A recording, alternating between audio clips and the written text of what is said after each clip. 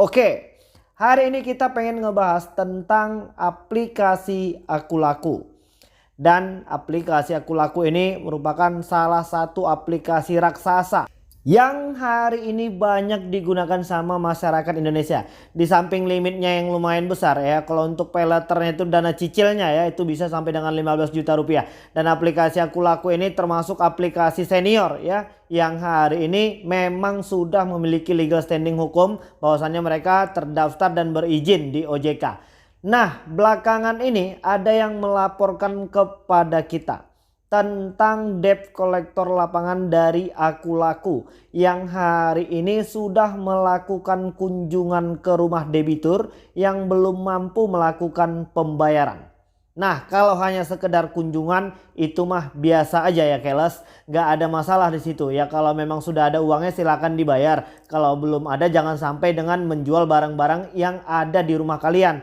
Nah, hari ini masalahnya debt collector lapangan dari Akulaku itu membawa surat pernyataan yang akan kita bahas pada video kali ini. Nah, kalian yang sudah menghadapi masalah seperti ini siapa aja? Kalian bisa menuliskannya di kolom komentar di bawah video ini. Oke, belakangan ini debt collector lapangan dari Akulaku datang ke rumah. Dan mereka menagih hutang yang belum dibayarkan oleh debitur. Namun ternyata keadaannya di lapangan si debitur memang belum memiliki uang. Alias debt collector lapangan dari Akulaku dinyatakan jong. Ya, debiturnya nggak mampu bayar. Dan di akhir pembicaraan setelah selesai penagihan, debt collector lapangan Akulaku mengeluarkan surat pernyataan. Yang kira-kira isi dari surat pernyataan itu seperti ini. Kalian bisa melihat di belakang layar monitor berikut ini. Oke ya, kalian bisa melihat surat pernyataannya lebih kurang seperti ini. Ini gambarnya memang sedikit agak buram ya. Tapi kita akan bahas tuntas untuk menjawab semua kegelisahan dari kawan-kawan yang sudah menghadapi masalah seperti ini. Di situ tertulis ya, blanko suratnya itu PT Akulaku Finance Indonesia. Dari blankonya aja ini kelihatan nggak asli banget ya kan. Ini cuman diketik doang, terus difotokopi lagi. Nah, di situ seharusnya blanko Akulaku itu ya nggak sesederhana inilah, apalagi perusahaan besar ya kan. Nah, di situ tertulis surat pernyataan yang bertanda tangan di bawah ini ya. Itu ada nama, nomor KTP kita itu kita sembunyikan ya kan. Terus ada alamat dan ada nomor telepon atau handphone. Oke, itu dari surat pernyataannya. Kita pengen baca dulu surat pernyataannya. Dengan ini saya menyatakan dengan sebenar-benarnya kepada pihak Akulaku bahwa saya bersedia melunasi keterlambatan hutang saya kepada pihak Akulaku. Dan gue yakin ya 99,9 dari subscriber kita ini adalah orang-orang yang baik. Ya memang mau melunasi semua hutang lah. Nggak hanya di aplikasi Akulaku aja. Hari ini banyak kok subscriber kita itu yang udah gelisah ya kan. Kalau memang mereka itu punya rezeki, mereka juga nggak akan tidak membayar. Pasti semuanya mau bayar utang ya kan. Di sini tertulis, adapun hutang yang harus saya selesaikan sebesar Rp4.806.100 dan saya bersedia membayar lunas sejumlah keterlambatan di atas selambat-lambatnya pada tanggal. Nah, mereka mencantumkan tanggal di situ. Dan apabila saya tidak memenuhi kewajiban saya di atas, maka saya bersedia ditindaklanjut sesuai ketentuan dan saya mengikuti semua proses yang ada. Ya, itu isi dari surat pernyataannya. Demikian surat pernyataan ini saya buat dengan sebenar-benarnya dan dalam keadaan sadar serta tidak ada tekanan dari pihak manapun. Nah, ini lokasinya Surabaya. Siapa hari ini yang menonton video ini dari Surabaya? Mungkin sudah pernah mengalami masalah seperti ini. Oke baik ya, tadi di awal gua udah kupas tuntas tentang blanko. Tentang blanko surat dari Akulaku Finance ini seperti diketik sendiri aja ya kan, lalu difotokopi. Nah, surat pernyataannya isinya yaitu menjelaskan sejumlah tagihan yang hari ini kita belum bayarkan. Dan mereka membuat isi dari surat tersebut itu akan membayar selambat-lambatnya pada tanggal. Nah sekarang penting nggak sih surat pernyataan ini? Udah langsung aja lah ya kan. Tidak sama sekali. Kalau seandainya debt collector lapangannya itu untuk menunjukkan bahwasannya memang mereka sudah bertugas untuk melakukan kunjungan dengan cara berfoto selfie, mungkin ya wajar-wajar saja, sah-sah saja. Itu sebagai salah satu tanda bahwasannya memang mereka sudah melakukan kunjungan. Itu laporan kepada perusahaan mereka. Boleh ya apabila memang dengan izin, dan mereka harus datang dengan baik, sopan dan santun. Kalau mereka datangnya marah-marah, siapa juga yang mau diajakin selfie nantinya ya kan?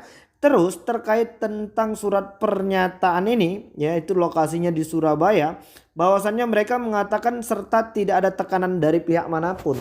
Ya yang namanya orang ditagih hutang itu pasti ada tekanan ya kan, pasti ada sedikit perasaan ya gugup ya sudah pasti, apalagi hari ini berhadapan-hadapan dengan debt collector lapangan yang sekarang kita sembunyikan supaya orang lain nggak tahu, supaya orang tua kita, pasangan kita, tetangga kita nggak tahu kalau hari ini kita punya utang. Nah hari ini debt collector lapangannya datang bawa surat pernyataan.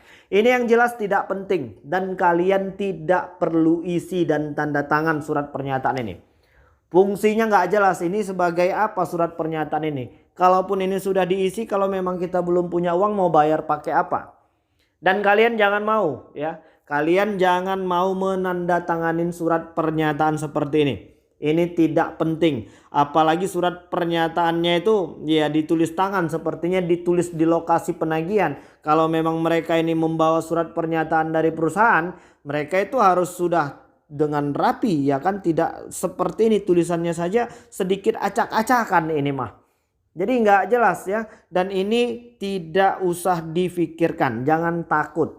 Dan apabila memang kalian dipaksa untuk melakukan tanda tangan di atas surat pernyataan ini, segera laporkan kepada perangkat desa yang ada di daerah kalian. Tidak boleh mereka memaksakan kalian, karena di sini sudah jelas ya, tidak ada tekanan dari pihak manapun. Kalau kalian nggak mau ya itu hak kalian, itu terserah kalian. Jadi mereka nggak boleh memaksa kalian untuk menandatangani ya. Dan sepertinya ini perlu dilaporkan juga kepada PT Akulaku, dan mudah-mudahan Akulaku mendengarkan video ini ya kan, bahwasannya debt collector lapangannya hari ini yang mereka pekerjakan itu melakukan pemberian surat pernyataan ini. Apakah ini memang resmi dari pihak Akulakunya atau tidak?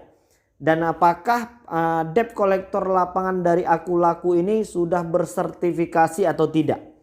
Jadi untuk kalian yang hari ini ya ingin didatangin sama debt collector lapangan, kalian tidak perlu panik, jangan takut. Kalian juga punya hak ketika kalian belum mampu melakukan pembayaran di aplikasi-aplikasi tersebut.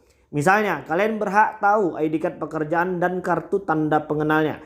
ID card pekerjaan dan kartu tanda pengenal harus sama, tidak boleh berbeda. Itu menandakan bahwasannya ID card pekerjaan mereka memang resmi dari pihak aplikasi. Itu yang pertama. Dan yang kedua, kalian berhak mempertanyakan surat tugas penagihan mereka. Itu yang kedua. Dan yang ketiga, kalian boleh ya mengetahui surat kuasa penagihannya. Dan jumlah hutangnya harus disebutkan berapa. Ya, jadi harus cukup jelas, nggak boleh langsung minta surat pernyataan menagih hutang ini itu segala macam. Dan kalau memang mereka marah, silahkan suruh saja pergi ya. Hari ini pihak kepolisian loh yang sudah memberitahukan ini kepada semua debt collector lapangan. Mereka harus memiliki sertifikasi. Jadi nggak boleh hari ini sembarangan orang menjadi debt collector lapangan. Harus memiliki sertifikasi, artinya mereka memang sudah mengikuti pelatihan. Dan mereka harus tahu peraturan apa yang hari ini tidak boleh mereka langgar selaku sebagai debt collector lapangan. Nah, jadi untuk menyikapi masalah surat pernyataan ini aku anggap tidak penting dan kalian jangan lagi gelisah. Oke ya, jadi mungkin itu dulu yang bisa aku sampaikan dan mudah-mudahan video ini bermanfaat untuk kita semua. Assalamualaikum warahmatullahi wabarakatuh.